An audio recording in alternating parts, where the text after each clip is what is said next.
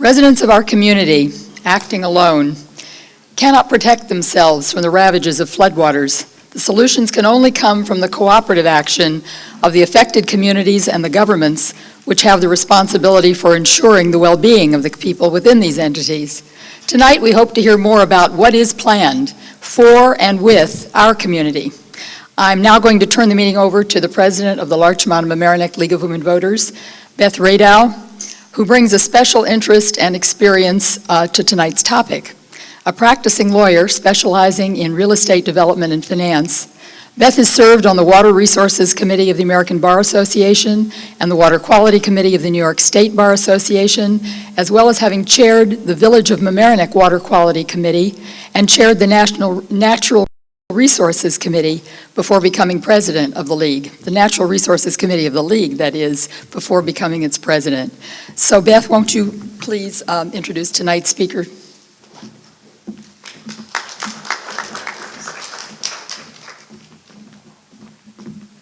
Good evening, everybody. How are you doing? All right. Very glad to see so many people here. 2007 was an extraordinary event for all of us. Actually, in 2007, I was chairing a forum on climate change, storms, and the role of trees. I spent about a year putting that together because we'd had a remarkable storm the summer before where we lost about 1,000 trees, or you may remember it. It was absolutely unbelievable. And I was sitting in a basement putting saplings together when it was raining pretty hard.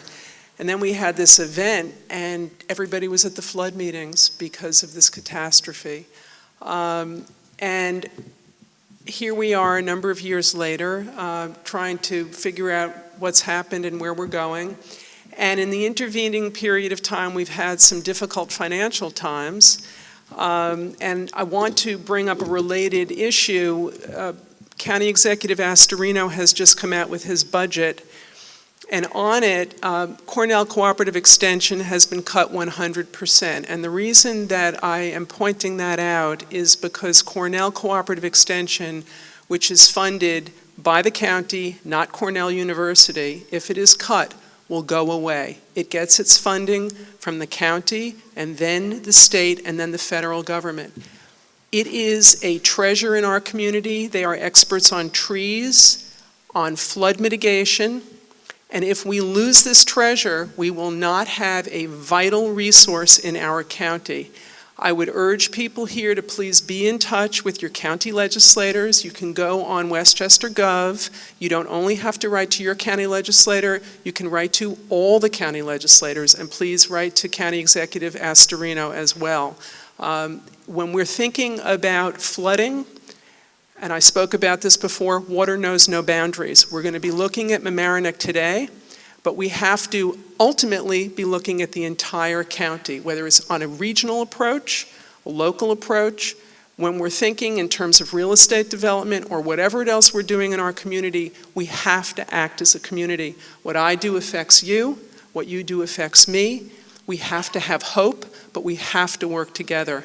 And we're appealing to you tonight as you're listening to our speakers to think about what we can do in our own homes, in our own backyards. Toward the very end, I'm going to ask Michelle Lewis to come up, who is an architect in New York. And after we hear about what we're doing in the county, she's going to have some recommendations for what you can do to help with flood mitigation.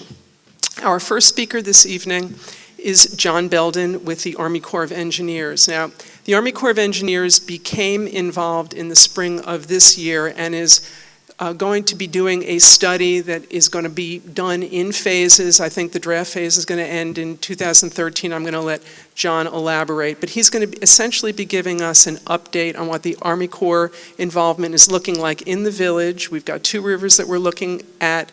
He will address completed activities to date. He will be looking at ongoing activities, and he'll be looking at future activities. John has a master's in engineering. He's a project manager within the New York district and is project manager for the Mamaroneck Sheldrake River Flood Risk Management Study. And I welcome tonight John Belden. Thank you.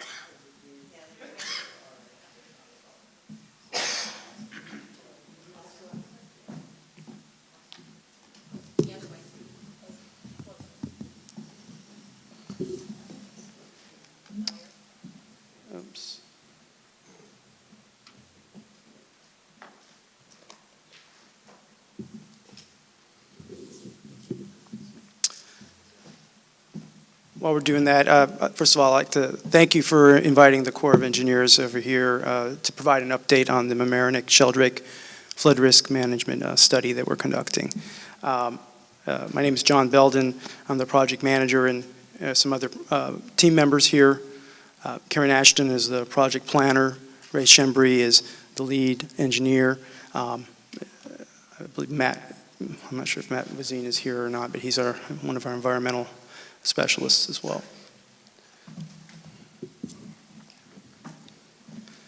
So I'll go through a brief presentation basically to talk about completed activities, ongoing activities, and near future activities and how those all lead up to the main goals.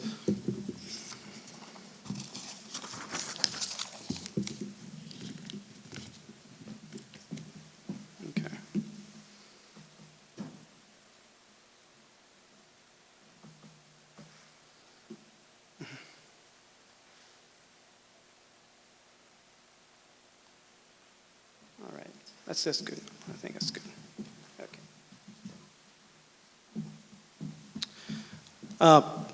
Okay. This study is a combined federal and non-federal effort to address management of long-term flood risk in the study area, and we have several partners in the study.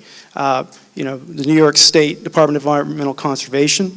They're our primary non-federal cost-sharing partner through a design agreement that was signed in March 2010. And that's really kind of what we started early this year, after that agreement was signed. They and the county provide 25% of the non-federal cost share. And Westchester County signed an agreement with the state, so it's two agreements, one between the federal government, the Corps of Engineers, and the state of New York, DEC, and another one between the DEC and Westchester County. First of all, as far as funding goes, we're really lucky in this study because Representative Nita Lowey made it possible for us to have all the federal funding in place to go through and complete the study, and that's kind of unprecedented in the civil works world. We're really lucky to have had that happen.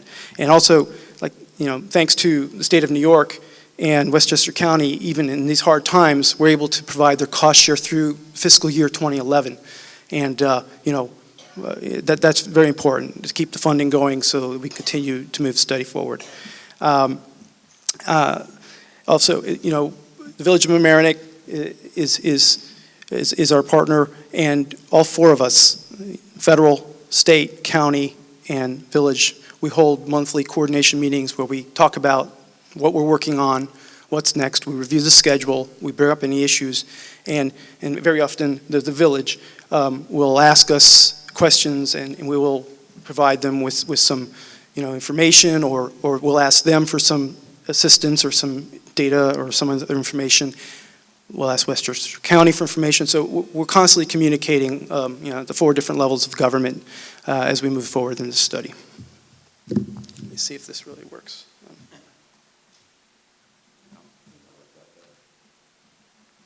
This is just to give you a graphical view of the project study area. It's just defined as the drainage area for the Mamaroneck and Sheldrake rivers within the Village of Mamaroneck. It serves as the boundaries for the project study area.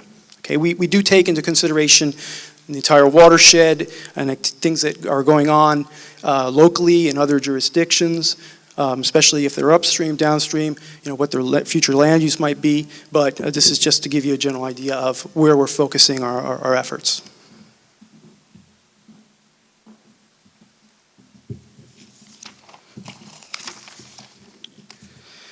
This is kind of the big picture outline, all right? And some of you may have seen this back in June when we were here.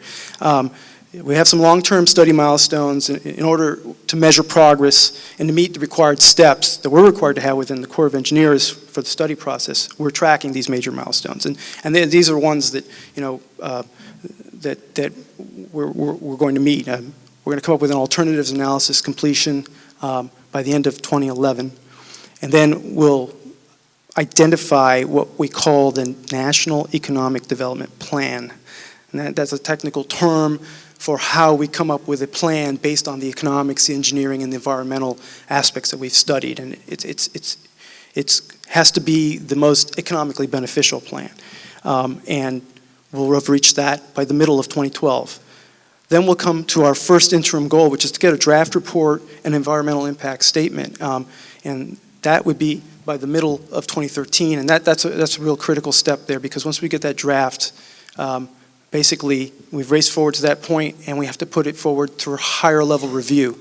We have a vertical team that we deal with, as well as through with the county and the state and the village. When we go through a plan, we have to have it reviewed at our regional headquarters level, the North Atlantic Division, and then to our headquarters in Washington, D.C. And because there are all sorts of policy and procedural checks that we have to go through. Our methodology has to be approved, how we got the data, what did we do with the data, what kind of assumptions did we make, what kind of models did we use, and we have to get buy-in from that so that we can get to the next step, and which is basically they've reviewed the report and said it's okay, and we have a final report and an EIS complete, and we're shooting for that for the end of 2014.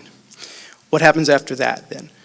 Well, then we get an approval of a recommended plan. And it's that recommended plan that is taken to Congress. And from there, we seek authority and funding to go to the next step, which is construction.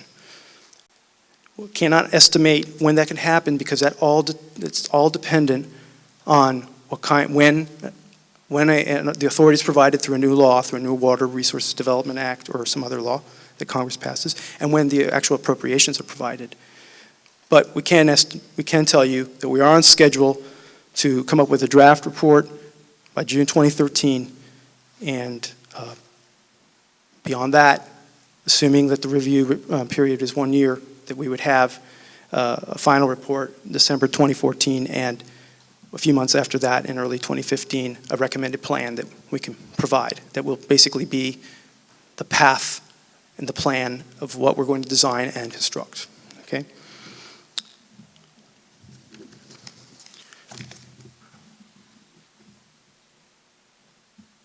So that was the overview. I'm going to come back, down a little bit into some of the technical details of what we're doing. If we can answer some questions later about what these really mean. Ray or Karen or myself can answer. But we have basically 3 areas that we are working on: engineering, which is a lot of the hydrology and the hydraulics; economics; and environmental. And they all kind of mesh in with each other and connect to each other, and one of them makes a determination and the other one might take the output from that and put it into its own. But we're all kind of working on all 3 of those aspects together, because these are all things that we need to update and review and finalize. We completed surveys which consisted of river cross sections and also surveying for utilities near the river. We also defined what is called existing conditions hydrology. And that basically, that model incorporates the data collected during the surveys with hydrological data, rainfall and such. And that then is used to try to predict what the water surface elevations would be for a 1-year event, a 10-year event, 50-year event, 100-year event, etc. We also have completed what we call future unimproved hydrology. We've collected land use data from local planning departments, from your neighboring municipalities, from the county. That's really important, because we want to have a really good picture of how things are going to look like in the next 50 years. Even if the area is overly developed and isn't going to develop any further, we still need to collect that data and have that backup. And that's used as an input into the hydrologic model as well. We've also funded 2 U.S. Geological Survey gauges at Halstead Avenue and Winfield Avenue, and we funded them, and USGS required funds to operate and read them and provide us with the data, so we've done that. And these gauges provide peak flows for each month, and that's a really important information to have. The existing conditions hydraulic model, which is another model, is running and calibrated. And I think one of the things that we can look at after the speakers have gone in, and there's a map that Ray's brought with them that shows the yellow lines, and basically that's kind of trying to estimate where the flood occurred based on the data that we've accumulated, based on the surveys, based on the rainfall data.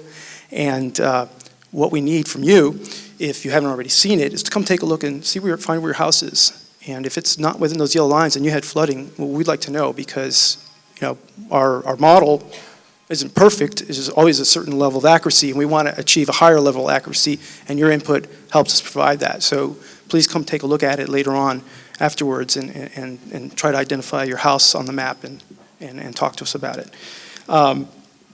We've also completed the tidal fluvial correlation, which maybe Ray can discuss a little bit later, but that looks for a relationship between the river and harbor tides. And that's really important in looking at the plan as well.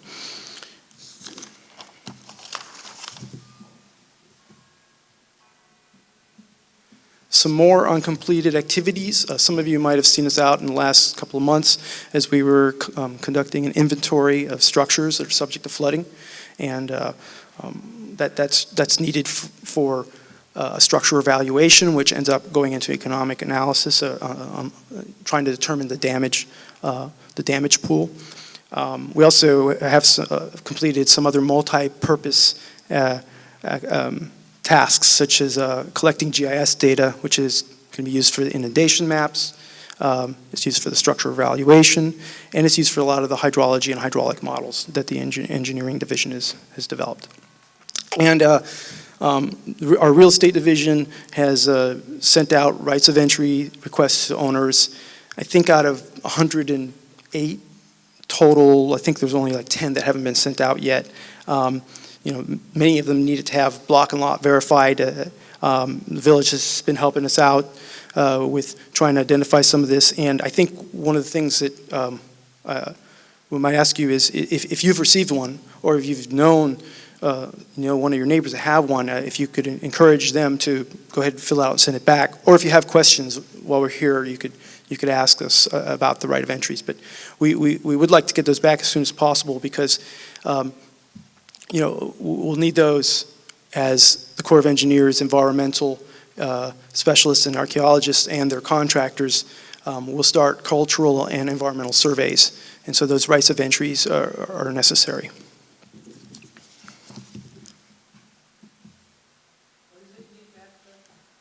The rights of entry, it's a form that's being mailed out. Karen, do you want to go ahead?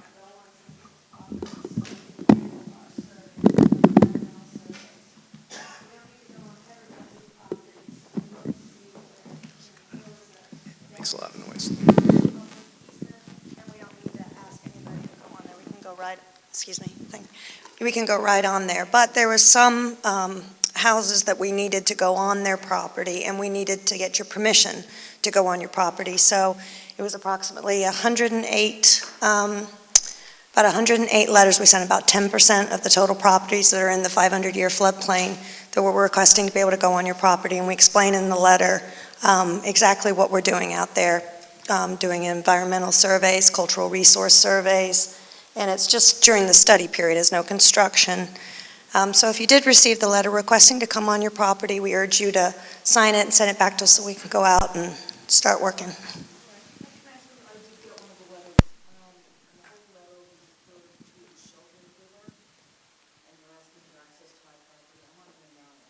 That's probably just an oversight in the letter, so yeah. If you'd like to, my suggestion would be to write in Mamaroneck. If it says that on all the letters, that's probably an oversight, to write that in on there. So, and of course, photocopy it so you have it for your records. Okay. No, just on their properties, right up against the river. They were sent out. We received them about the 4th or so of November.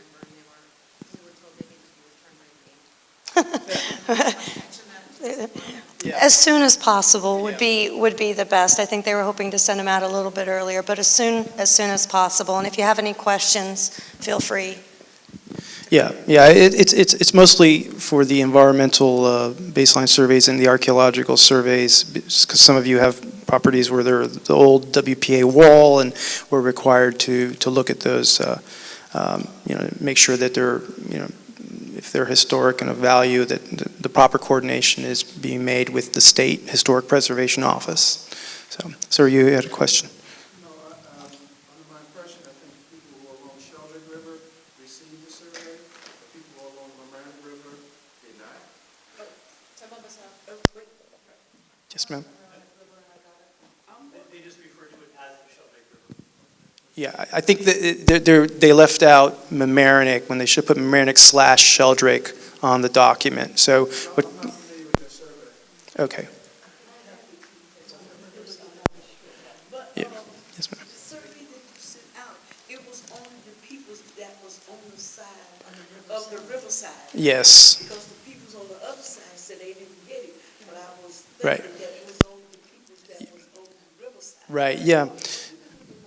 Yeah. Yeah. Access to the river itself, and we don't Yeah. go on the property to reach the river. Right. Yeah. Yeah. If you didn't get one, that doesn't preclude anything that may or may not happen in the future. It's all ties back to the National Environmental Policy Act, or NEPA, which lays out all the environmental and historic requirements that we have to go through when we're doing a study. Before we design or construct anything, we'd have to identify what kind of impacts we would have should we put this type of plan into place. We have to identify any kind of a species that could be threatened and endangered. We have to identify any kind of historic properties if they have any kind of cultural value. We have to identify anything, and it's because it's by the river and also along the wall. So that's why not everybody is getting one, but people who are in those locations where that has the most likelihood of needing that kind of a study. Okay. All right, so let me talk a little bit about ongoing activities. Engineering-wise, H&H means hydrology and hydraulics. And that's most of what engineering is doing right now. One of the ongoing activities is what we call future unimproved hydrology. That's kind of a projection into the future of what would the hydrology, the water coming down and and the amount that you would accumulate and where it would go if we didn't build a project. And you look 50 years in the future and you say, well, we know what happened in 2007, what would happen in the 50 years in the future. And we need to do that so that we can estimate, the flow, how bad would a storm, such as the 2007 one or other types of storms be, and what kind of damage we can get. We need to look at that so that we can compare what the damages would be if we didn't build a project and what the damages would be if we did, because ultimately that's what's going to be driving it behind, the decision as to whether this can be a recommended plan. Also ongoing is the existing conditions hydraulics. In this model, one of the things that it does is it can predict water elevations, and one of the this is the tool that was used when the village was asking us about whether replacement of a bridge in a certain area would be beneficial, would be something that they could do. Then Ray and his team made a bunch of runs on the computer model and estimated, the water elevation would go down this much if you dredge this much. So but it's also going to be used for a lot of the other measures that would be looked at as we get closer to an actual defined alternative and plan.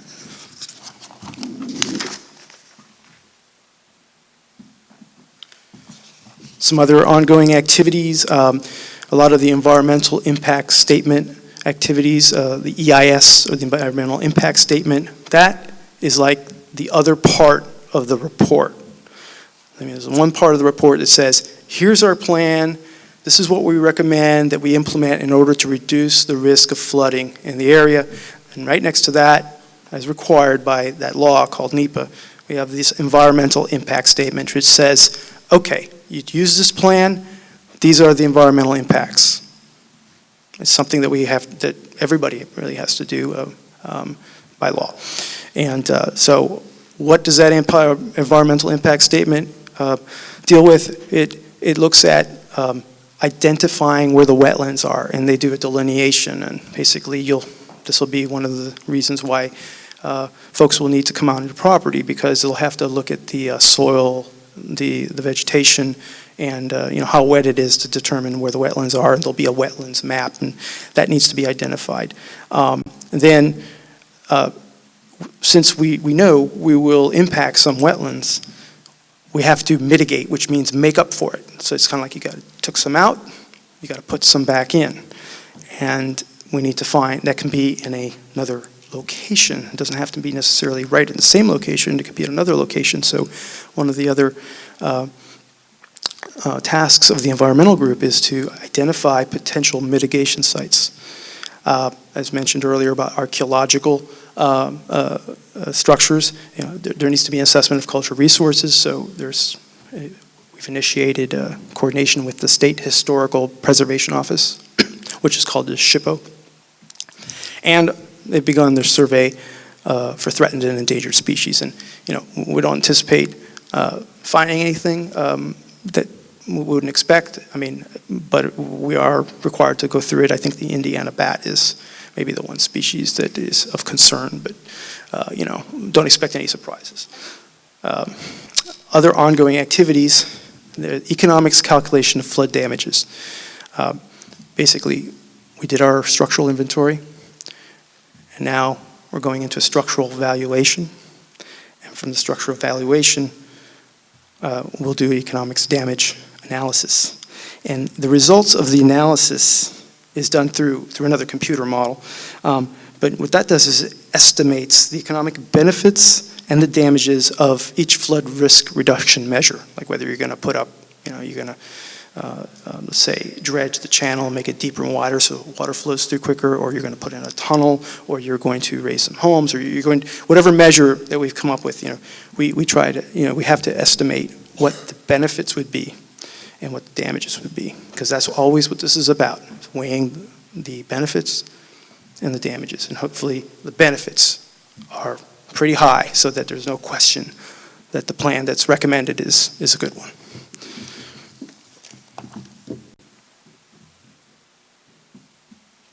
I'm going to talk just a few minutes on near future activities and what's coming around the pike.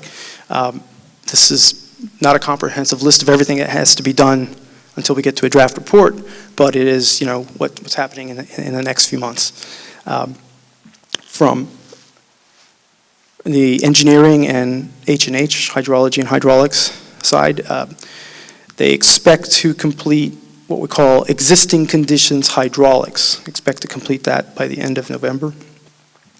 And then they can start developing alternatives.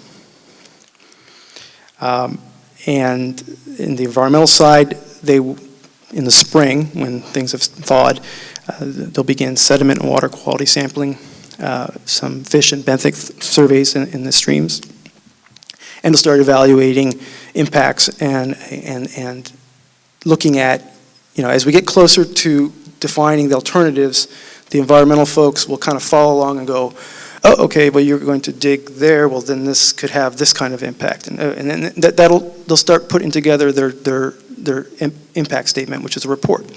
And they'll start filling that in and going, okay, this is where we're going with this. And if for some reason they flag something, then we'll have caught it in time so that we haven't gone too far in design and have to kind of redesign something because of some environmental issue. In plan formulation, that is kind of a mix of the economics and the other planning aspects. But what they want to do is to define the economics without project conditions. And from there, we want to start getting some buy-in into our vertical team, into our regional headquarters and our national headquarters. And we'll be preparing for an in-progress review in January where we'll present to them everything we've collected to date. This is the methodology we're using. These are the assumptions we're making. What do you think? And of course, this isn't a one-sided deal. It's it's a very technical discussion, but it is one in which the state, the county, and the village are, of course, invited at the table to sit there, because one of the things that they want to see is local buy-in. Because nobody wants to go through all this time and money coming up with a plan which is of no interest to the locals. And really, you want to get that buy-in early. And so that's something that we always talk about on our monthly meetings is, okay, everybody remember, we're going to start our in-progress review in January. What do we need to get that together? And that's a review that it takes a couple of months, because although it includes one meeting, it kind of involves preparing a whole package, presenting it, sending it off, giving them time to review it, then have the sit down. Several hours, half a day, maybe even a day. There might be a site visit, and then there's a determination. So, but that's an important milestone, because we need to know whether we're heading in the right direction. We want to find out a year from now that, not that we did it wrong, maybe we think we did it right, you all were in agreement, but for some other reason, at a national level, they're not in agreement with our approach. Okay, and then the other upcoming activity, although this is not something that is involving our calibrating models and coming up with solutions and analyzing and all that kind of stuff. It's a public meeting that we'll have here in the spring. Just to give you another update, much like the public information meeting we had in June, here's another one that says, okay, this is how far we've gone. And by that time, we'll have a few alternatives defined.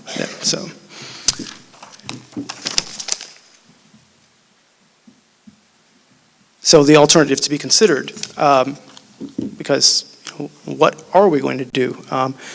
And all this is going to be determined by the analysis that we're conducting, but it could be the following. It could include channel improvements, okay, which would be dredging in the river, deepening and widening, okay, so that water can flow through more efficiently and quicker, and it doesn't back up. Bridge replacements. It could be 4 or 5 bridge replacements, not just taking them out, but actually putting ones in higher up so that you're not left without a bridge. Diversion tunnels.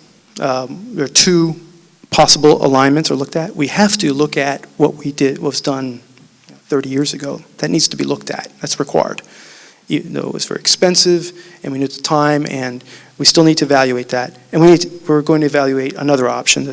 So the old one was in Fenimore Road, and the one that's being looked at now is on Mamaroneck Avenue. So we're looking at the feasibility of these diversion tunnels, which would be underground and would have the capability of taking large volumes of water, running through very quickly underground in a pipe rather than through your homes. One of the other things that we have to look at are non-structural plans. We call them non-structural because they don't involve big, huge earthworks, building of walls, but flood-proofing homes. There might be some homes that, basically,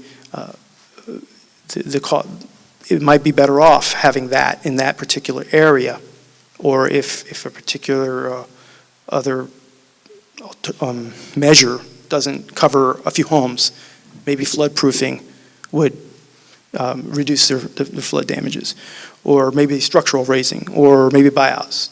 We're required to look at those. And we'll be looking at combinations of these, so it wouldn't be just one thing or the other, but looking at a combination of a channel and a tunnel, channel non-structural, channel non-structural, et cetera. And even though it doesn't make sense to say this, but we are required to look at no action. That means that just like we looked at how the channel would work and how the combinations would work, we also have to look at, well, what happens if we don't do anything? Well, people continue to get flooded, and lives are threatened, and millions of dollars are lost. Okay, how much? And you quantify that. You analyze that and you quantify that, so you can make the argument that this has, there's a really good purpose behind it, but you have to quantify it with economic data. So we'll finish evaluating the first of 5 major improvements in March. Is that? Yeah. And this first alternative looks at improving the conditions from the confluence, which is, this is not a good map to show it, but it's basically where 2 rivers come together. Basically between Mamaroneck Avenue and Sheldrake, between the Mamaroneck and Sheldrake, where the tidal influence begins, near Tompkins Avenue. Is that? Yeah. This could involve replacing 4 bridges and some channel deepening. So that's one of the first alternatives that we're going to be looking at. And really a major part of the planning process, and why it takes so long, and is because it involves evaluating and comparing alternatives. We have to look at them, because we are required to legally, but also because you want to come up with the best possible plan. And we have to look at the ability of each alternative to reduce the flood risks and to weigh the economic benefits, the damages prevented, with the initial and long-term costs and the environmental impacts.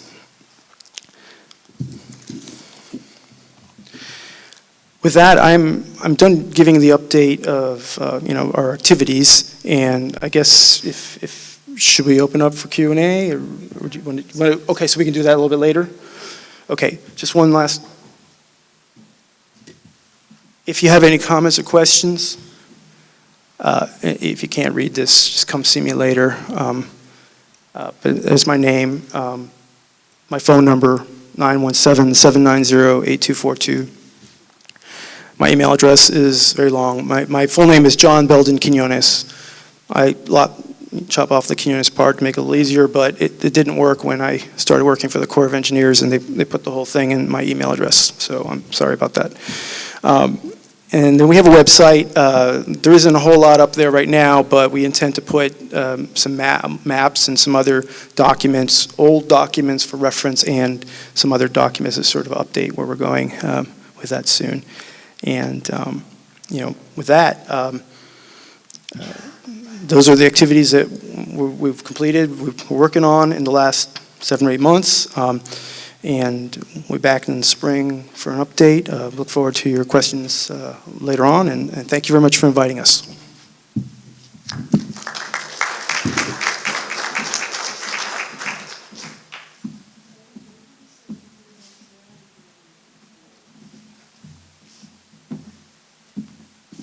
John, thanks very much. Our next speaker this evening is our county legislator, Judy Myers, who is working on issues relating to flooding.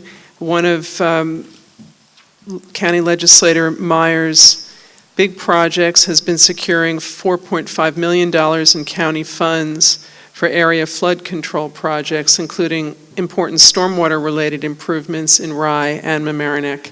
And that accomplishment was part of Ms. Myers' larger work on the County Flood Action Task Force, which was established after the 2007 flood. Ms. Myers is going to speak tonight about what has happened since 2007 at the county level, and her work with the Flood Action Task Force and pending legislation regarding stormwater management. Thank you.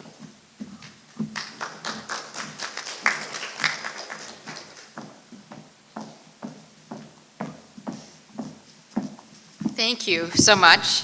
Thank you for inviting me here. I think I know everybody. And we all share something in common. Most of us flooded on April 15th, 2007, a day that will go down in history, has gone down in history. On that date, in going around and surveying the floods, Mamaroneck was very fortunate, this area was very fortunate in that both our state senator and our then governor were available and were here, and it worked out really well because the then governor's parents lived in Rhinebeck, and or Greenhaven, I guess. So we were able to get a great deal of attention. We also had our then U.S. Senator Hillary Clinton came by, and our then county executive, Andy Spano. And together, all of the damage was surveyed. We sort of marched through the streets. It felt a little bit like a parade, but it wasn't nearly as happy. And what came about after that, most of you remember, was that the then county executive pledged a total of $50 million, $10 million a year for 5 years to go towards stormwater management, flood mitigation projects. And he named a flood action task force, he called it, to come together representing the Sound Shore communities, which was one of the reasons I was put on it, representing different levels of business expertise, different, we had, I'm trying to think, people from villages, people from towns, people from cities, city administrators, architects, engineers, and a very easy access to a great deal of county staff in the planning department who were extremely and are extremely well versed in all things water, largely because of all the work that the county had been doing on water quality. We were able to actually just add the word quantity onto quality, and so we were able to utilize a lot of the funding that was already out there and a lot of the studies, and we were sort of able to add on quantity to them. So one of the first things we did, and I brought the map, which you can see, I think you can all see from here. This is the map that shows the 6 major watersheds in Westchester County. And the first realization, or the first thing that we all had to come to terms with was the fact that, as Beth said, water does not know municipal boundaries. Water could care less if it's moving from Rye into Mamaroneck or from White Plains into Mamaroneck. But it does flow along its stormwater, along its watersheds. And the area that we are in is actually here. I'll just leave it. In the lower Long Island Sound watershed.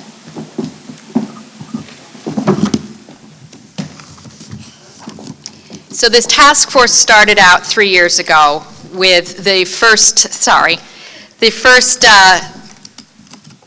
phase was to look at all of the research that had been done and accumulated in Westchester County, and lo and behold, we found stuff going all the way back to 1898.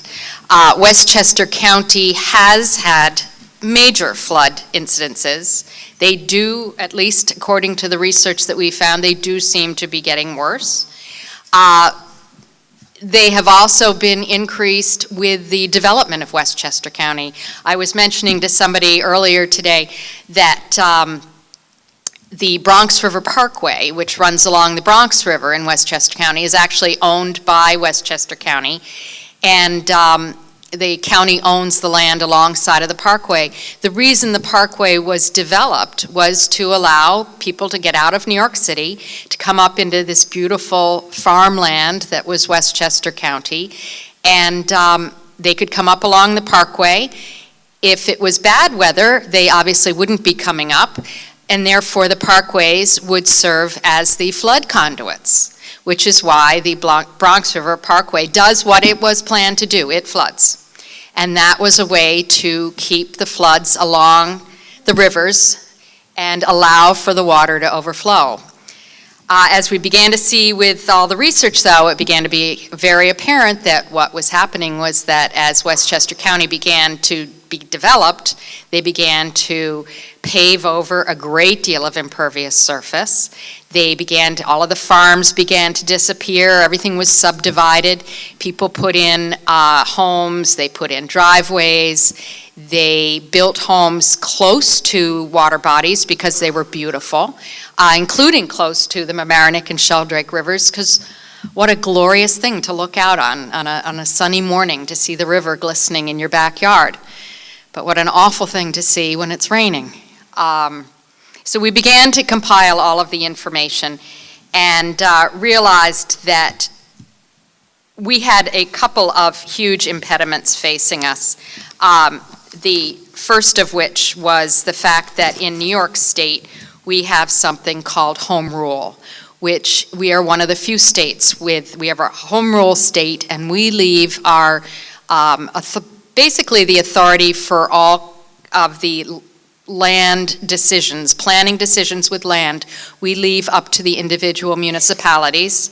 That actually dates back also to the revolutionary times where we didn't want a country such as England telling us what to do. We also didn't want anybody telling us what to do. We could handle it all ourselves, which is great except when it comes to water, because again, water could care less. Therefore, what we found ourselves up against was the fact that we as a county had no authority to go in and develop flood mitigation projects on our own. We had to work through the different municipalities. So we came up with an idea that had been used before in planning, had been used very successfully in Westchester County, whereby we basically offered incentives to municipalities. Basically, if they would adopt local legislation, local zoning ordinances to take care of all of their own land in terms of where they would allow things to be built, how much impervious surface you could cover, when and where you needed to put in dry wells, how close you could build to a river. If the municipalities would do that, they could then they could identify and apply for some flood mitigation projects to the county, utilizing this sort of pie in the sky, $50 million, $10 million a year. So we actually got to a point after 2 years where we were able to come up with an application process, a program description, programs, goals, and a review process through which actually we received about 10 municipal applications from around the county. 4 of them were deemed to be ready to proceed with, and in each case the municipality spent money, actually 5, because Mamaroneck Village was numero uno, but the Army Corps of Engineers said, no, we'll take that project on. The county said, phew. But that is a large, and probably too large for the county to handle on its own. But the other 4 projects were worked through, and we did find ourselves last year at a point where we were able to develop intermunicipal agreements with the different municipalities and fund 4 projects. The closest, well, we are seeing 2. One is currently in the works right now in the town of Mamaroneck. I don't know if any of you know where the duck pond is, Gardens Lake.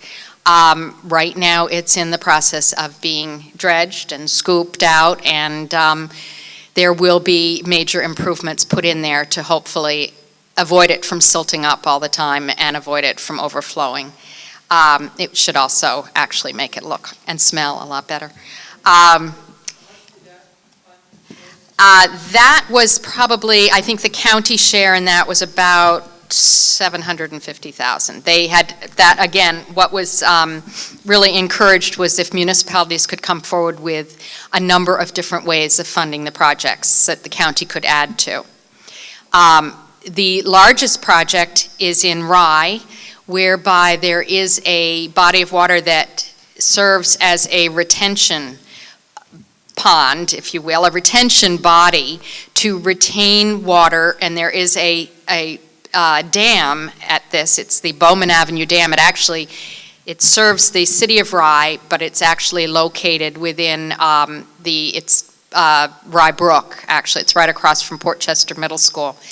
And this is a reservoir with a gate that can be opened and closed, and it was determined that if this could be mechanized and enlarged, that they would be able to mechanically and through the use of computers and modeling programs, know when to reduce the level of water prior to a major storm event, and then shut the gate, and I'm speaking in very simplistic terms, shut the gate and then let this sort of empty bathtub, if you will, fill up with water, keep that gate closed until after the storm, and then let it go again. Again, as a way to try to keep a lot of this water out of, in that case, it's the Blind Brook, which runs through the backyards of a whole stretch of a neighborhood in Rye City.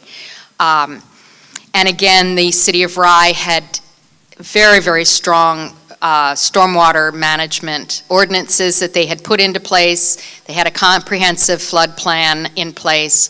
And actually, those in that particular neighborhood, several of the homeowners actually took some of the FEMA money that they were able to get and then added their own, and have actually raised RAISED, their homes, up above the flood levels. Several other homeowners have actually gone and put all of their basement-type utilities up in their attics, and or stringing them from the ceiling, again, to avoid having to constantly go out and get a new boiler or a new hot water heater or a new washing machine and dryer, because those were the things that kept getting wrecked.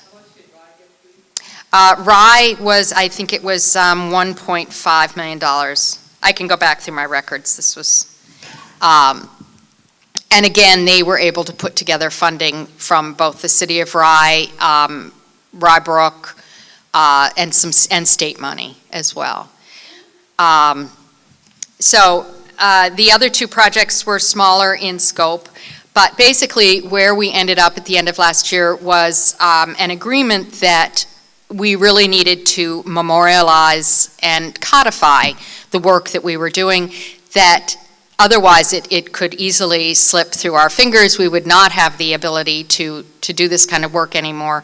And so another county legislator and I put together a memorandum of legislation to develop some stormwater management, to put together a Westchester County stormwater management law that would actually create a system by which we could have funding that would be set aside by the County Board of Legislators, and through working with our Department of Planning and Department of Public Works, that we would be able to continue this program.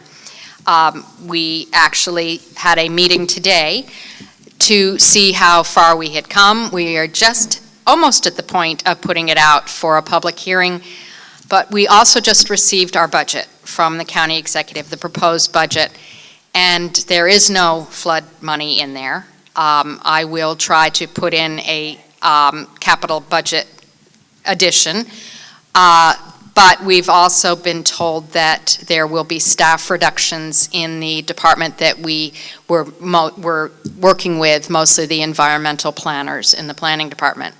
So we have some of our own impediments now that we've seen to further this project along, but I do believe we will prevail and that we will keep pushing, because I don't think the flooding is going to go away. And as we know here in Mamaroneck, I mean, it can happen in the blink of an eye.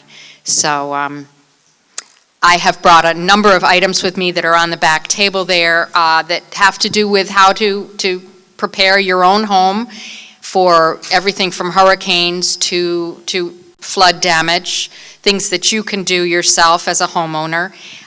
We have an emergency information handbook that talks a lot about preparedness for storms. And last but not least, one of the major parts of the funding that we had gotten for stormwater management, the county did put together in June a CD or DVD it's a guidance document and resources for municipal officials and planners, which I brought with me tonight to give to the village of Mamaroneck and other officials and planners who might be able to use this in their own municipalities. So I can open it up to questions now, or Beth, do you want to turn to the village? May I say some of the federal contributions? Oh, sure.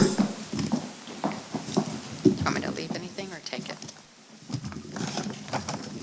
Good evening, everyone. I'm Pat Keegan, Congresswoman Nita Lowey's District Director. She would be here herself, but the House of Representatives is in session. I just wanted to, I know a lot of facts and figures have already been given to you tonight. I just wanted to read some more facts and figures to you. As Mr. Belden alluded to at the beginning of the evening, as you know, it was Congresswoman Lowey who secured the $8 million lump sum in federal money for the Army Corps of Engineers study. As he did say, usually in these studies, and everybody is very impatient, and why do we need another study? We all realize that when Congress traditionally appropriates money, it's in $250,000 chunks. Mrs. Lowey was very impatient with that. You were all very much victimized by the '07 flooding. She was able to secure an unprecedented $8 million in one chunk for the Army Corps of Engineers to do its work. And as John explained to you, it's going along as quickly as possible, and certainly much quicker than most of the other projects that the Corps is undertaking in this area. Again, Mrs. Lowey knows people don't just want a study. Ms. Myers had alluded to the fact that I believe it was the Friday after the terrific floods, she and some other elected officials walked up Mamaroneck Avenue. It was that following Monday that Senator Schumer and Congresswoman Lowey were here, and it was seeing all that horrible damage that, as I said, helped her realize that she had to secure money, but not only for the study.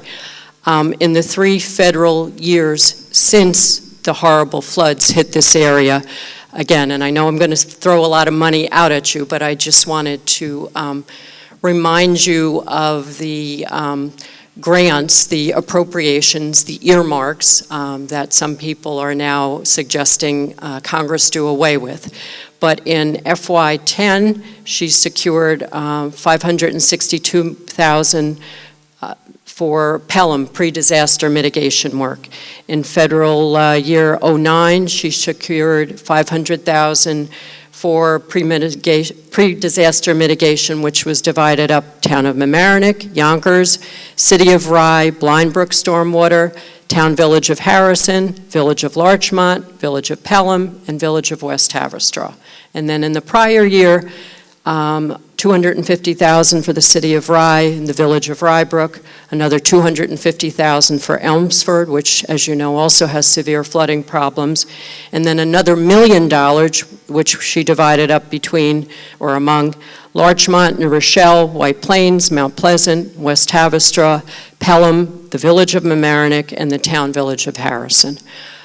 So again, just wanted to let you all know that the Congresswoman continues to work both on continuation that this study can result in once and for all a solution to the problem, but also work with our local communities, such as the Village of Mamaroneck, to make sure that temporary steps are ongoing and to give as much support as she can to the local communities.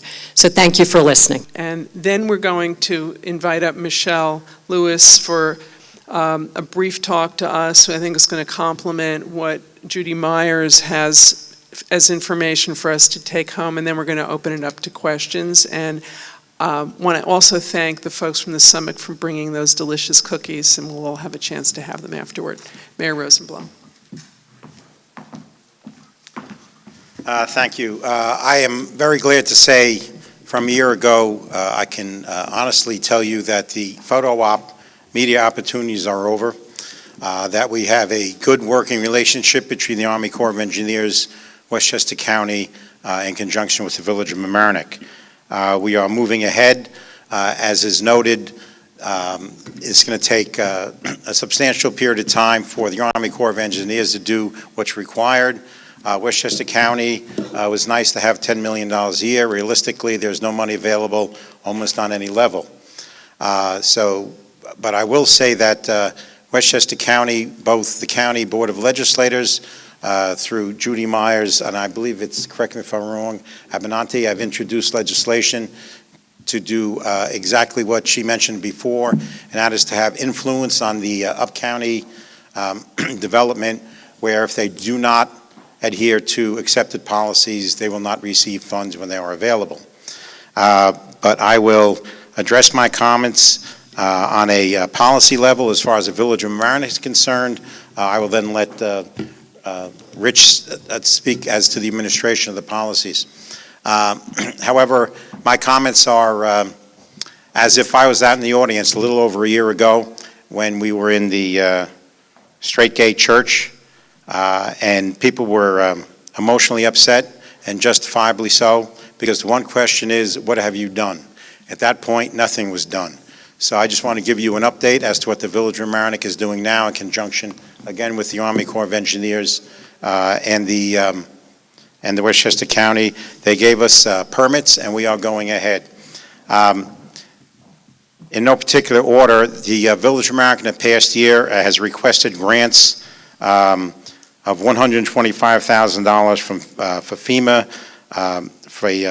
for the study on Guyon Creek, Advanced Citizen Alert System. The Village of Mamaroneck has identified several areas that we want to do that are repeated by all different levels, including the Road to Nowhere, the bridge at Winfield Avenue, and we are actively looking for funds for that. As just mentioned, through Representative Lowy and member requests, we have put in applications for, again, removal of the bridge to Nowhere, removal of the road to Nowhere, rehabilitation and expansion of storm drains for $200,000, the Jefferson Avenue replacement bridge, which, by the way, is something that we have to do. It is a legal obligation by the Village of Mamaroneck in conjunction with the town of Rye. We must replace that bridge. That will be done. If we can get money for it, fine. If not, we will have to fund it ourselves. At the county, we also put in requests. Obviously, there's no money, but to let you know that we have put these requests in case money ever comes up. The Jefferson Avenue Bridge Project, removal of the road to Nowhere, the bridge to Nowhere, and rehabilitation of Route 1 catch basins, and the Anita Lane Bridge, which is basically a sewer line. What has happened, however, in the Village of Mamaroneck, we have received a grant from the New York Dormitory Authority, which I see Assemblyman Latimer, and I thank him for the $400,000 that is being used. We received the grant from FEMA, the amount of $37,500, and that is to develop a multi-hazard mitigation plan, which in turn will allow us to apply for more funds. We received a US EPA grant in the amount of $485,000 for the relining of the sanitary sewers in Mamaroneck. We also received a grant from New York State Department of State in the amount of $100,000 to help us update the local waterfront revitalization plan, which we are actively doing now. But to get to the nitty-gritty, I'll answer the question, what are we doing? The Village of Mamaroneck cannot depend on any funds other than their own at the moment. Whenever we get to the point where the Army Corps of Engineers or the county has money or the New York State has money, that's going to be great. But in the interim, the Village of Mamaroneck is committed to whatever funds are available, and even if it's by bonding, we will be attacking the flood problem in the Village of Mamaroneck. So before I turn over to Rich, I'll just very briefly show you exactly what we're doing. Within the next week, and at the latest by the first week of December, we have awarded a contract. Private contractors will be going into the river. I don't use the word dredging, I'll say removing silt because we're not supposed to be dredging. But right over here, this is on Grove Street. This is where the overpass is for I-95. There are 3 bays, in essence, that go through. They are filled up. There are islands. That will be removed. Over here at the North Barry extension, which is basically at the bottom of North Barry Avenue before you make the turn to the stop sign, River Street, they will be going in there and dredging. At the Anita Lane, this is where the sewer line is that we're looking at. Is a long-term project, but there is backup there that we'll be going into there and doing it. And Fenimore Road, right by the overpass, which always floods, and that's the Sheldrake River. We will be going into that. I will also say that Richard will do the specifics, but that we have an ongoing program to make sure the sluices at the dam are cleaned, the sewers are cleaned, and we are working with local community activists, and I will say publicly that Jim can go in the river at any time and help clean it up, and he will not be arrested.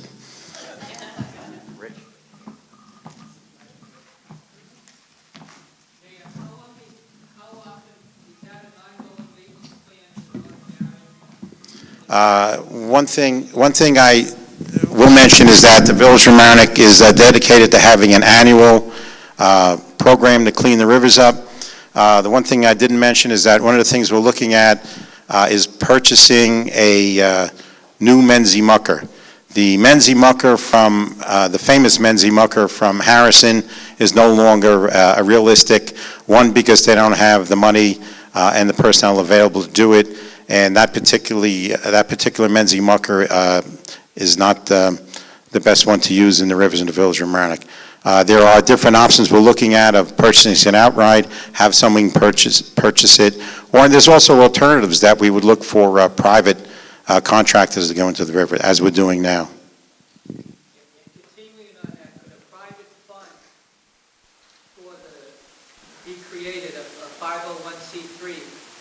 Because we know that all balance sheets don't balance anywhere I see at this point in terms of government funds. Could neighbors create their own private fund to help pay a private contractor or to help augment this when the lean years? I don't believe so, but the main purpose could be, the same purpose could be accomplished by having a specific earmarked account with the Village of Mamaroneck, because what you're talking about is that you need to operate under approved applications from the county, state, and so on. But if people want to donate it, the same way people donate trees in the Village of Mamaroneck, the Village of Mamaroneck can accept it, we'll earmark it specifically for those projects. We'd be glad to do that. Thank you, Mayor. I'm going to be more general and, throw in some specifics to help everybody understand. I think the most telling statement we can all think of is just anything's possible with money. And if our money is limited, then so are our possibilities.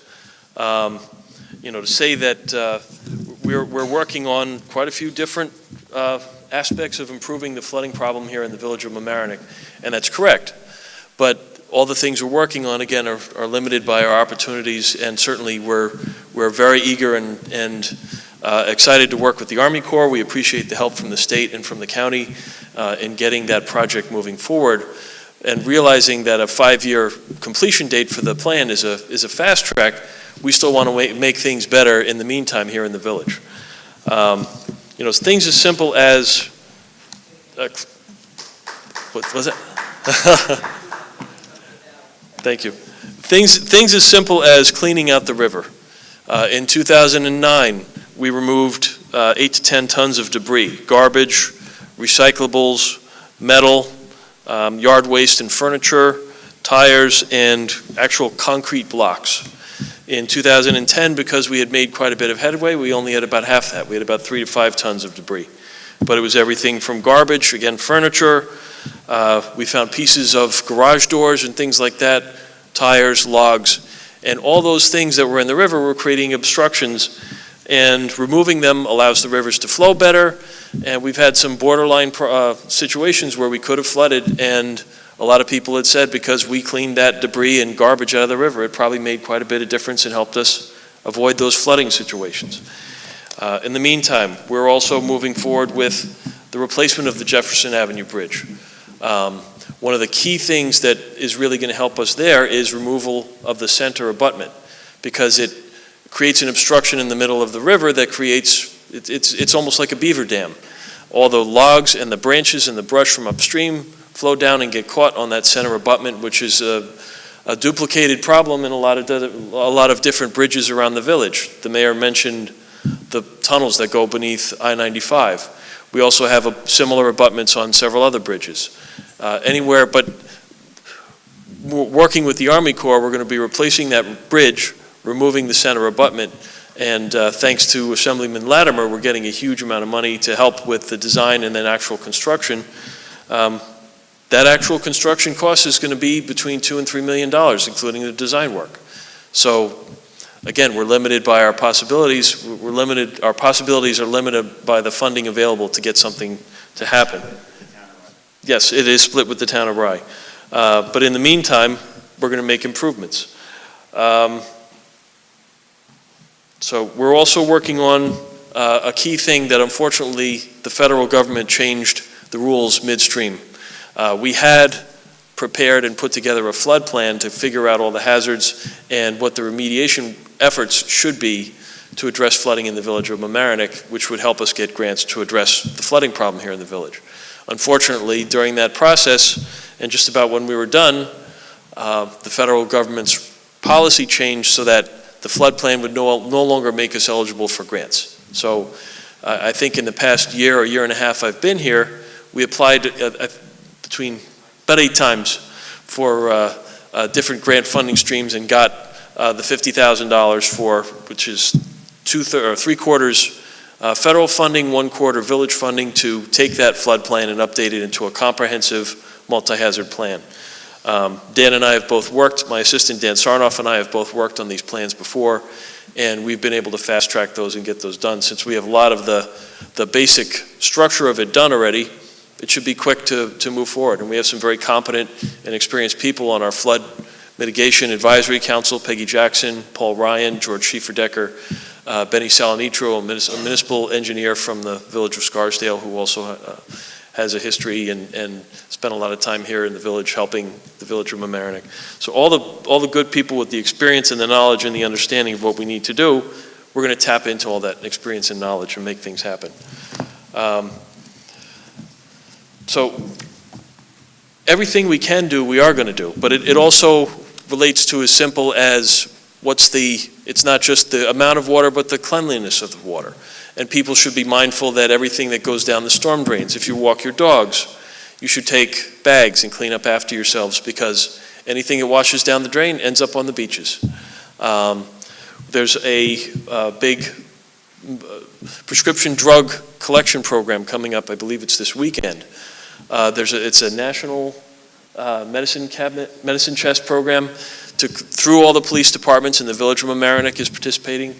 And it's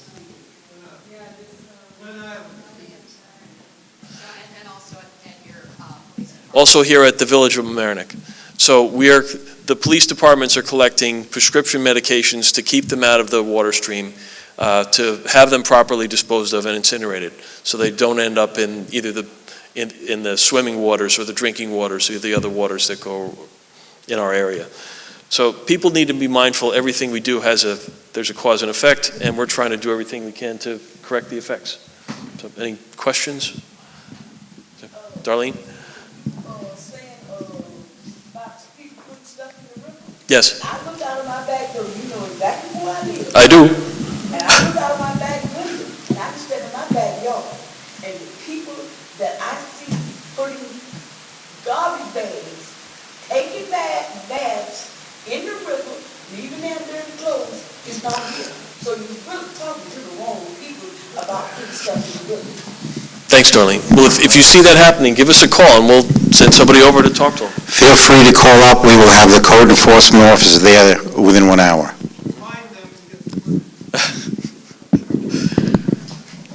I think that's pretty much it. Any other questions? Yes. Well, when I live upstream on the Mamaroneck River, and I was wondering, when there's more construction and they add storm drains and it adds to the water, exactly what is the mechanism that's supposed to be controlling it so that it doesn't add to the flooding? I've been told about like pumps and levers and gates, but I never really had it explained. And do they work when it swamps, or is there anything planned for that part of the mechanism? There's a design capacity for anything that's built to remedy flooding on a river or flooding on a stream. So since we take maybe 5 to 10 different communities dumping their stormwater and other storm drains in their parking lots and their office complexes into the storm drains and down the rivers that ultimately end up in Mamaroneck. All those parking lots, all those catch basins, all those dry wells, all those collection tanks have a capacity. Typically, it's at most of 100-year capacity that's designed for. A lot of the older structures, the ponds, maybe not even more than 25 or 50-year storms. And when they say that, it's a matter of frequency. It's designed based on engineering standards. So it's not really a true picture that that 50-year storm is only going to happen every 50 years. But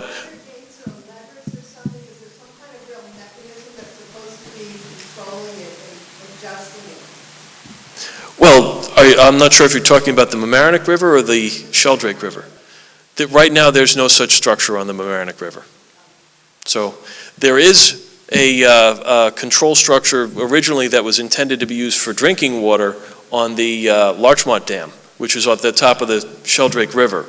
The town received money through the county's flood mitigation funding. That was the duck pond. The Gardens Lake project, the duck pond. They dredged out hundreds of yards of fill, added capacity to the lakes, and there's a new structure. I believe there's a new outfall pipe. And this was a key thing in 2007, and it will be a more key thing in the future. With the bigger drain pipe for the dam, we can actually lower the height of the water within the Larchmont Dam and build capacity for future storms. So if we know that there's a 5 or 6 inch rainfall coming 2, 3, 4 days in advance, which we already do now, we coordinate with the town very regularly. We lower the town will lower the dam in advance, build up capacity, and now with the new dredged capacity in the Gardens Lake, that'll help mitigate the flooding for the people who live in the low-lying areas in the more flood-prone neighborhoods. Jim? I want to commend Judy and I think Tom Antonescu for trying to pass a law to stop up county development. Yes, go with that. No, unfortunately, that wouldn't be something that the county could do. But what the county, through this stormwater management plan, it would allow for municipalities or watersheds to work together to be able to apply to the county for funding and to form one of the things we're talking about as a reconnaissance plan. And the idea being, as typified by, there is a group on the Long Island Sound called LISWIC, Long Island Sound Watershed Intermunicipal Council, that has banded together as a way of looking at the flooding and the stormwater moving into the Long Island Sound in this area. I believe it was 12 municipalities working together. This is the first year I understand White Plains. I believe that White Plains is joining, or has joined this year. So two things. One, I want to commend the village here for doing what they can immediately now, like the dredging, like the digging, what you can in light of what is a 5-year Army Corps of Engineer plan. Things like the Saxonwood Reservoir needing to be maintained, all those rivers going all the way up through the towns up to White Plains, and the overdevelopment of White Plains having a cause and effect for the taxpayers here. What are things that people can do, or legislators do, or individuals can do to keep their eyes open and speak out on behalf of their home? I can answer from the county level. It's probably the same as the municipal. What they can do is basically advocate on behalf of local laws that would require any increased development of property, any square footage. For instance, I can tell you in the town of Mamaroneck, if you add on within the town, and I believe the village of Mamaroneck has something similar, if you add on 100 square feet of impervious surface to your home, you have to build a new dry well. And the idea being, and all new development has to offset with some kind of a retention system, has to offset the amount of stormwater that they are now prohibiting from going into the ground.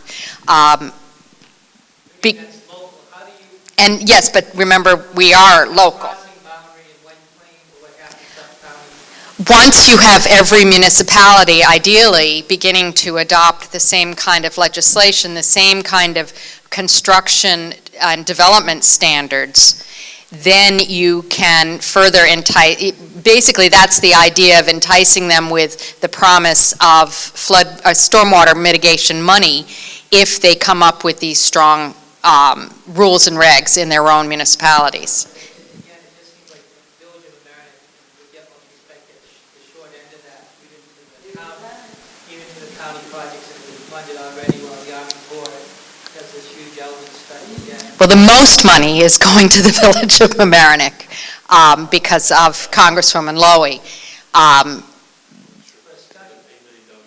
Yeah, it's an $8 million study, so in no way does the money that we've funded come close to that. Like I love when you said there were 4 projects that you got funded. In Rye, Larchmont, what were the other 2? Scarsdale and Tarrytown. Scarsdale and Tarrytown. For here, and there was immediate action done. You know, I wish I would have heard some of the county money, and I know I'm not trying to cause trouble with any of them. But to say, you know, it just seems that the priority of people who've been hurt the most have been the people that are sick. There were no applications filed, unfortunately, that's what happened. Well, Jim, there's actually another aspect to this that, No, I understand. yes. It was such a big, I mean, the application that was made was so large that the Army Corps of Engineers was the one who responded to it. There's other things to keep in mind, and Lee Bass, you've lived through this yourself. A lot of people in the low-lying neighborhoods who face both stormwater flooding also face sewer backups into their basements. And this was something that Congresswoman Lowy got us nearly $500,000 for, which the village is matching again with nearly another $500,000. So we're spending about $900,000, $950,000 to do what's called inflow and infiltration corrections. Basically, we're taking all the old sewer pipes, we're relining them with epoxy liners to stop all that groundwater from inflowing during heavy rain events or from coastal flooding events. It's over a mile of pipe that's being relined to stop groundwater and rainwater and stormwater. But in turn, people need to be aware of the fact that the stormwater, whether it's a sump pump or a roof drain, those things need to be disconnected as well, so that they're not overtaxing the sanitary sewers. There's also another option, actually. It's, I think, would be the last type of action you want to take, but you have to keep it in mind. And that is the Village of Mamaroneck, along with the Flood Committee, attended a Westchester County-sponsored event, and the person who has a legal background, in essence, told us that there is a liability on behalf of the upstream municipalities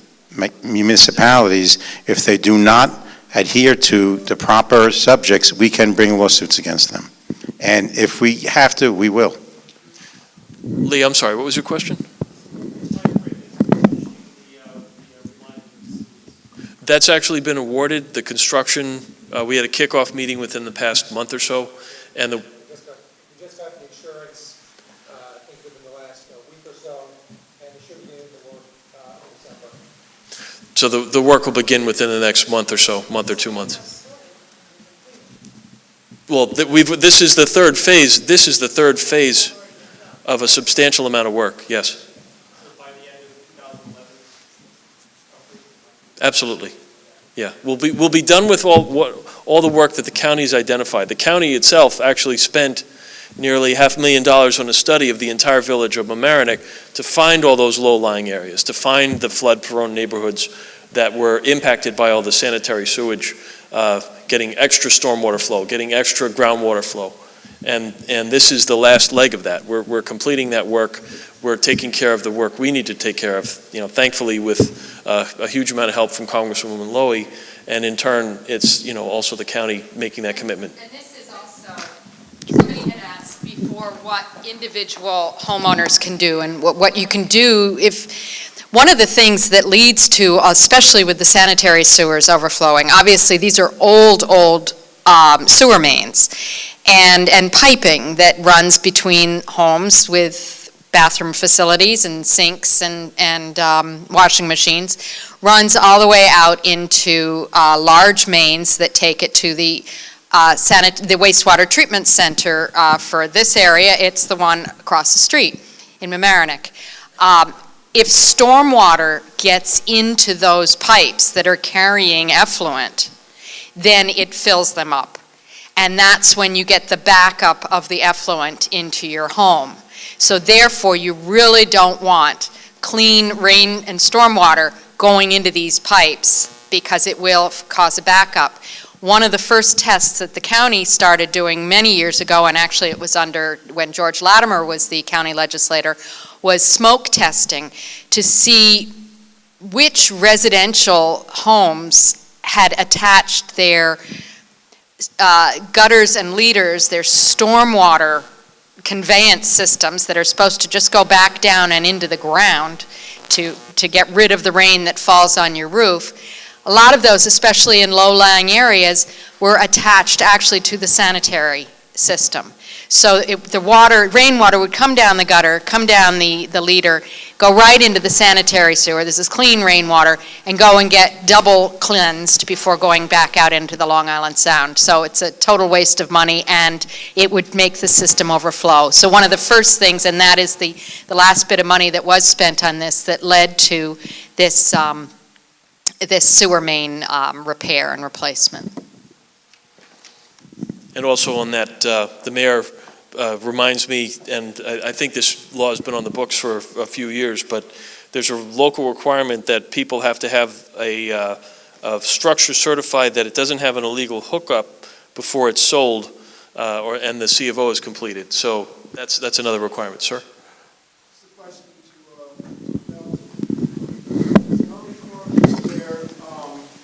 Investigated the area of Ward Avenue, right a little bit past Halsted Avenue, where it creates a funnel effect. I know that the two rivers come together, the Sheldrake and Mamaroneck at Columbus Park. Yes. And it egresses underneath Halsted Avenue. But then at that park, right where Ward Avenue, if you could see it from, I know you can go down to the end of Ward Avenue to see it. It actually funnels to create the water to come out. So the egress is not wide. Have they ever investigated where they can widen that so that the water can rush out a little quicker? Do you want to? Okay, as John mentioned earlier, we have just finished our existing conditions hydraulic model, and that area has definitely been modeled. I actually have some of the results here in front of me. And yes, that is a constriction. It is showing an increase in the water surface from one side of the bridge to the other. So yes, we have picked that up. At the end, you might want to come over and take a look at the map, look at Ward Avenue and see if in 2007, the lines we have delineated in yellow were actually what was flooded, and that'll tell me that the model is working well. Does that answer your question? Not really. What I'm asking is this. It's property. And when I was told that to do any type of construction, there was a toss-up of what was county, what was Metro North, what was Village of Mamaroneck. I just want to know if that particular area is a private property, can that be widened? That seems to be a situation where the flood waters wouldn't rise so quickly.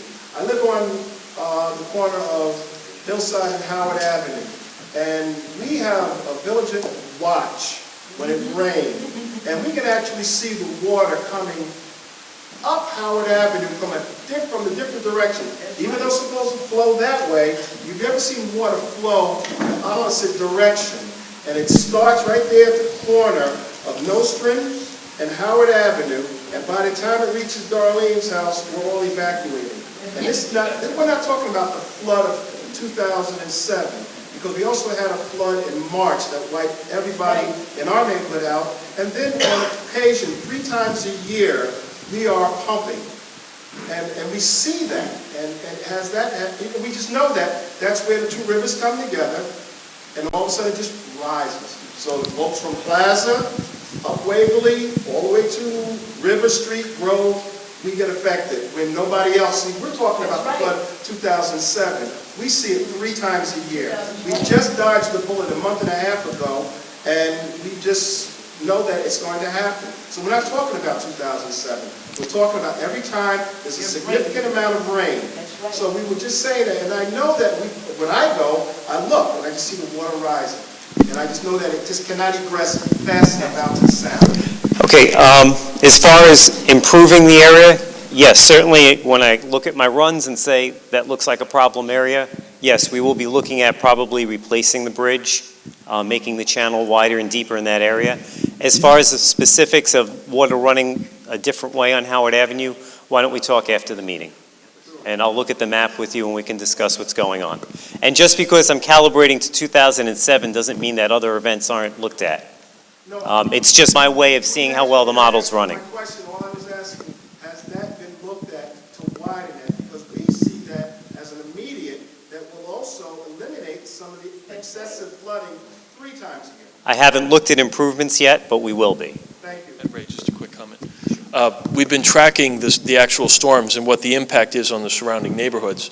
And based on what we've seen, it actually turns out that our threshold is about a 5-inch rainfall within a 12 to 24-hour time frame. So we know that that's the panic time where we need to start preparing people or asking them to get out of the neighborhood or do everything they can to prepare and protect their home or their structure or move their car and that kind of thing. So we're trying to make that more proactive, which is why we're using the recent money from Congresswoman Lowy for an emergency notification system. Yeah, so we're going to do everything we can to have everybody prepared, but we've got that threshold, I think, nailed down a lot tighter than it had been in the past. Gail? I have a question for Mr. Larchmont. Regarding the 4 projects that you have in the other areas, improving the flooding, have you looked at that in your study and see what effect that will have on your work? I want to get back to Keith's statement, a question.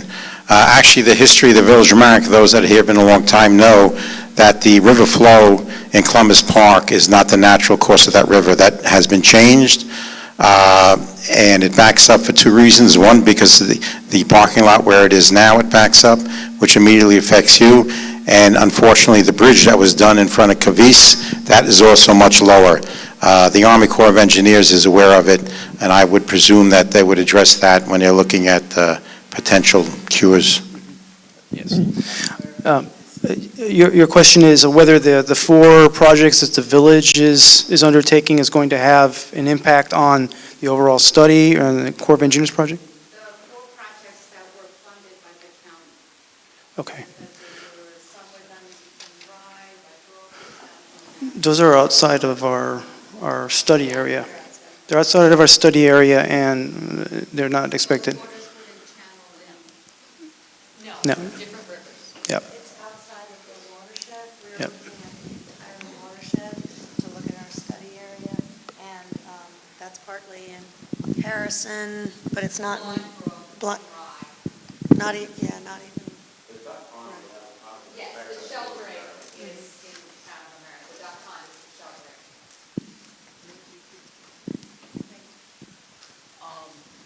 Just to go back to what Keith said about when worse comes to worse and people do have to evacuate, it really is extremely important. This is strictly from personal involvement in local disaster response.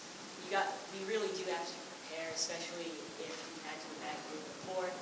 And we've had a lot of practice together. The Larchmont Mamaroneck Community Emergency Response Team, which I'm a part of, together with the American Red Cross and other officials. We've practiced holding shelters for evacuees and other things like that. Excuse me, I need to ask you a question. Yes, ma'am. You sit up there and did your long speech, and you read whatever you had to read, But you keep bringing up something, and you keep saying buyouts. Who are you talking to, and what are you talking about when you keep bringing up buyouts? Buyouts. I don't Okay. think you pay our taxes or our flood insurance, but I'm just saying, who are you talking to, and what are you talking about? Yeah, we're required to look at all different types of ways to reduce the risk of flooding, be it a structural solution or a non-structural solution. So a buyout would be one of those non-structural solutions. Right at this moment, there are no particular houses that are being looked at. But as we get closer with an actual defined plan that specifies whether we have a tunnel, whether we are doing certain dredging in rivers, replacing certain bridges, there could be the possibility where a few houses are identified as being a buyout situation, would get these houses out of the damage pool, and it would be more economically efficient than, let's just say, putting up a wall or putting up some other kind of expensive measure.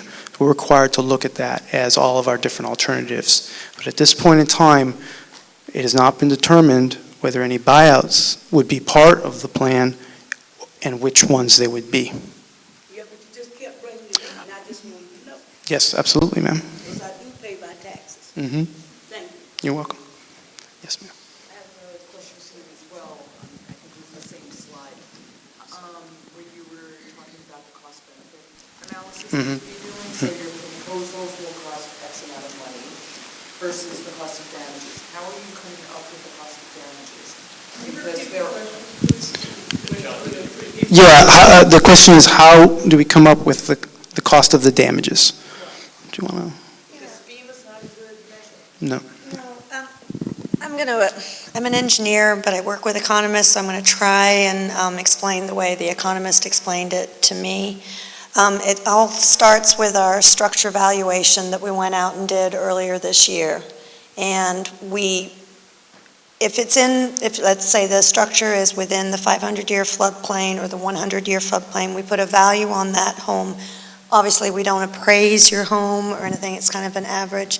And those are your damages. It's commercial, it's residential, it's properties, it's loss of life, it's, gosh, a multitude of things that can be put in that damage pool. Everything. I mean, everything. I mean, let's say it's an industrial area, loss of business. The economist looks at all this. It's a very intensive look at what kind of damages during what kind of storm event.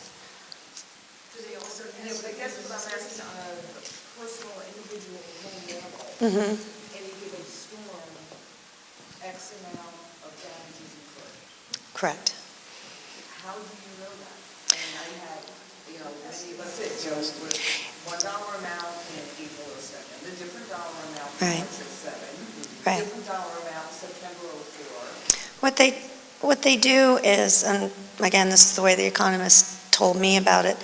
Let's say you have, when we went out and did your structure valuation, we said, okay, this is a one-family home. It has a detached garage.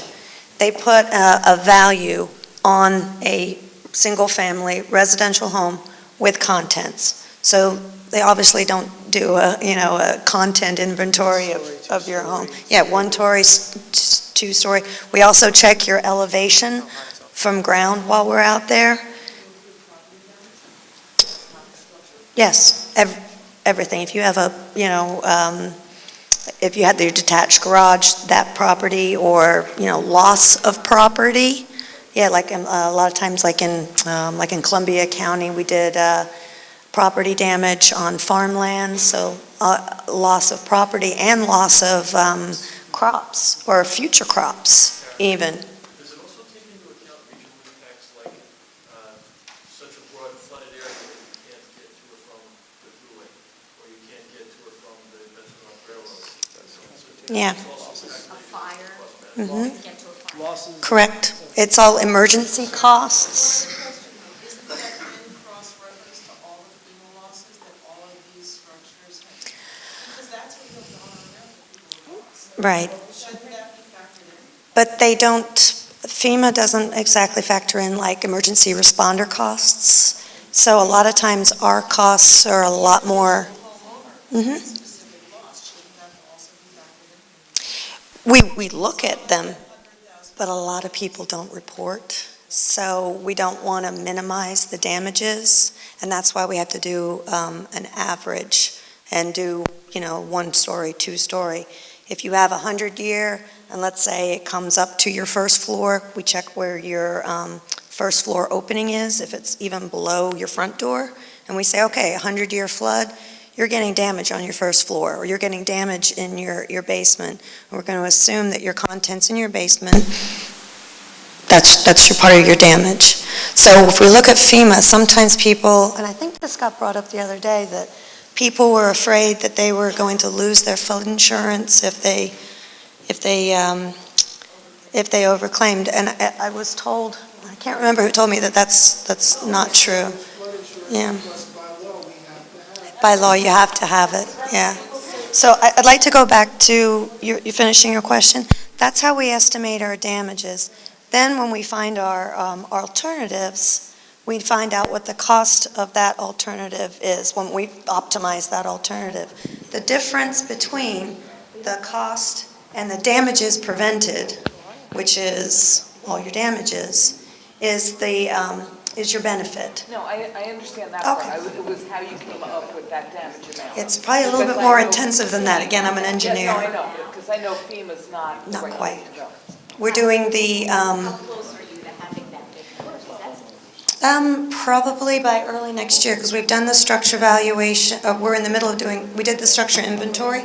We're doing the structure valuation right now, and we're waiting for some more GIS data, and then we should be able to input it in to determine what our damages are, what they are now, and what they would be 50 years from now as well if we did not do a project. So we have future existing and future unimproved, and then we'll do a future improved.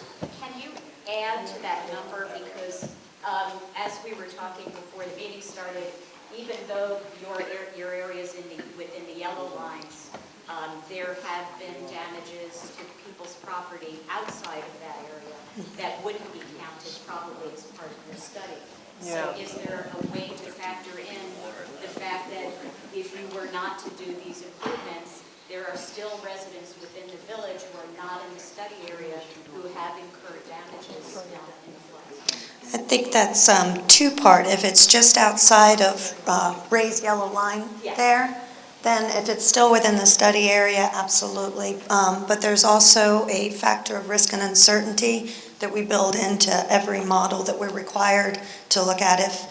If our best plan has a confidence level that's not quite high enough, even if it's our best plan, we may go to the next plan that we're more confident with. So that's kind of the risk and uncertainty that we build into that. Why, if someone has flooding, are you not included in the study? If somebody has flooding, they're not. Outside this area, as Carol's saying, why are they not included in the study? Can you repeat the question, please? She wanted to know if they were outside the study area, why they were, and they were having flooding, why they're not in the study. Our authority is for the village of Mamaroneck, but any kind of recommendation or any kind of project that we could build in here will help diffuse the flooding upstream. That's why we look at the entire watershed. That's not what they're talking about. There are areas within the village of Mamaroneck that aren't river flooding issues, that aren't noted on the map because they weren't caused by the river flooding. Yet there's still flooding going on during these events. Yeah, because that's what they're referring to. Basically, it's because it's defined as no federal interest if it's not due to the river flooding. If it's due to stormwater flooding, sewer flooding, it's considered a local issue. So, is that how? Okay. Now they would reap some benefits. If the river's lower, those areas would probably get less flooding. However, on the other hand, if a stormwater drainage sewer is too small, then even if we lower the river, the water still can't get into the catch basins, still fill up the pipe, they would still get flooded. So there's a plus and minus, but it really is a matter of federal interest. If it's not from the river, then pretty much it doesn't involve the Corps of Engineers. Who pays for all this? We're going to have to, I'm going to ask Michelle Lewis to come up for a few minutes, and if we've got questions, I'm going to ask them to speak to our specialists afterward, because it's getting late, and just want to have an opportunity for all of us while we're waiting for these great works to be done, for things that we can do in our own backyards, because as has been mentioned tonight, everything that we do does have an impact on one another, whether or not we're in White Plains or whether we live on a lateral basis between New Rochelle, Larchmont, and Mamaroneck. Michelle Lewis. Well, I will eliminate the first half of what I was going to talk about. I think we've covered it, but I am an architect with a practice in Manhattan with my husband and staff for the past 25 years, and we've been involved in environmental work since the very beginning.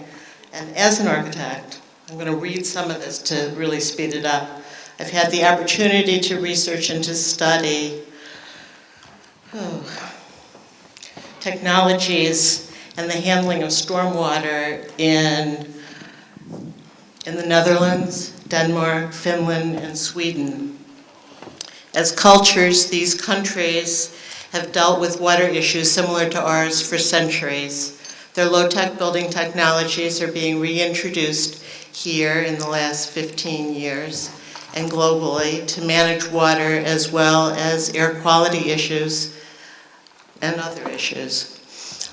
Water is conserved rather than becoming polluted and discarded into stormwater. It's a little different than floodwater, but we are loading our stormwater systems here as well. These countries tackle the problems with green roofs, ground swales, rain gardens, ponds, permeable surfaces, including paving. These are things that, as homeowners, we are in control of doing on our individual properties and as a community. Native plantings and appropriate soils absorb and hold onto the water for slow release, allowing drought-resistant plants to survive. And I will say that in our home, I had standing water 4 or 5 inches deep across a 100-yard lot, and through plantings of trees and absorptive plants and gardens, we have had no water in the yard for 5 years. Cisterns have a very long history, whether they are above ground and fastened to downspouts or rain chains or buried. Water is then released slowly by gravity or pumped. Our present-day solutions include large structural cavities made almost out of something that looks like a plastic toy. We also have rain barrels, which hold 50 to 100 gallons that are easily fastened to our downspouts and can be ordered through Amazon and delivered to your door or picked up at Sears. Water harvested from homes can be used for irrigating the land, cleaning, even washing cars. But it's best if we can capture some of this water before it even hits the ground. Green roofs have been in Europe forever and have really become more mainstream here because they collect 70 to 80% of the rainwater before it hits the ground. Since it doesn't hit the ground, it's not polluted, but is released back into the atmosphere. So not only does it reduce the amount of water, but the air quality is better, and there are insulation properties which enable us to heat and cool our homes for less money. Communities across our country have also begun to organize themselves to implement these solutions for managing water, and they give us models from Portland, Oregon, to Minnesota, to Alexandria, Virginia, and I have some small slips of paper that have their websites. They give instructions, they give sources, they give ways for individuals to affect change on their property and as a community make significant contributions to handling water. So on one of these, there's a picture of a rain garden in an elementary school in Portland that states under the picture that this garden alleviates sewer backups into the neighbors' basements, as well as offering educational opportunities. So I imagine, in talking about all this, the comments that our warehouse area, right, could have large cisterns under the parking areas. They could be covered with permeable paving, structural permeable paving, so that there's still parking lots, that we could have green roofs over the warehouses, and that areas that are adjacent to the rivers there behind the movie theater could really hold considerable amounts of water. In the meantime, I don't belittle any of the studies and any of the work by any of the speakers. I think it's all a massive job. But I do think that as individuals, there's an opportunity for us, and there are ways that are beautiful and easy and affordable to make small changes that cumulatively could really help the community in the meantime. So there are sources back on this table where Judy and I left some things. And if you sign up on a sheet, the league has said that if you want to know more about any of these things, we'll try to do it during a breakfast, because I was really just going to represent what we can do as individuals. And Thanks very much, Michelle. Thank you all very much for coming. I know there are many questions, and we've got cookies and some coffee and our speakers, so please continue the conversation. And we thank you very much for coming. And to everyone at home, thanks for watching.